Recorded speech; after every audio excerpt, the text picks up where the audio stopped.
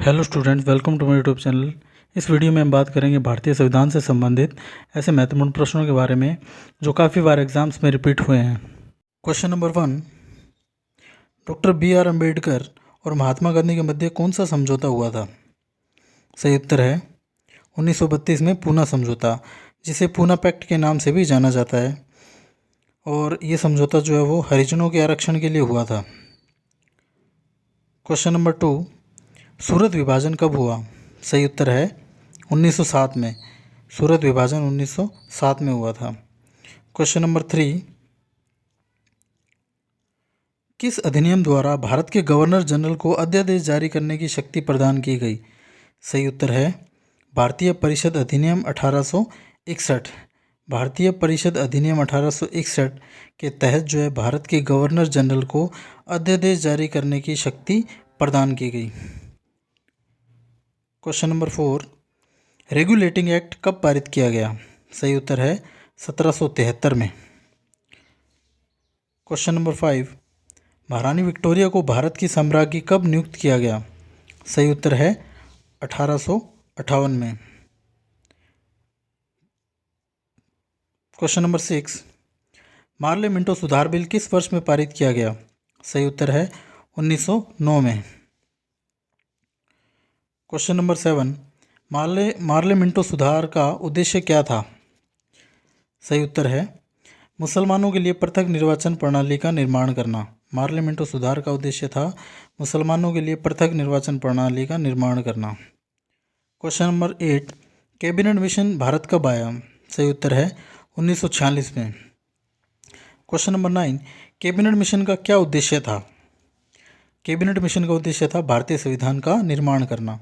Question number 10, 1946 की cabinet mission में 3 मंत्री कौन कौन थे?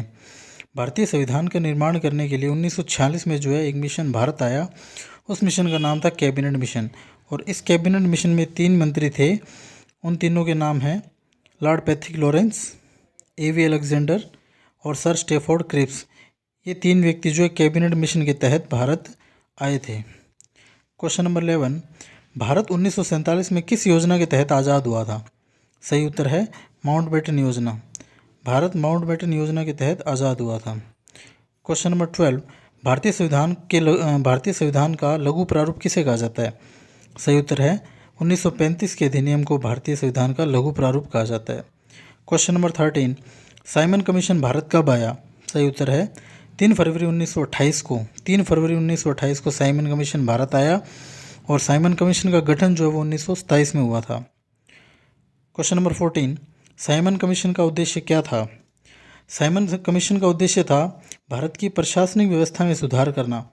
अंग्रेज लोग क्या करते थे, समय समय पर भारत की प्रशासनिक व्यवस्था में सुधार करने के लिए अधिनियम बनाते रहते थे। तो उनमें से एक अधिनियम था साइमन कमीशन। साइमन कमीशन का भारत में पुरजोर विरोध हुआ, क्योंकि इसमें जो व्यक्ति थे वो थे 7, और इन 7 व्यक्तियों में जो है एक भी भारतीय नहीं था।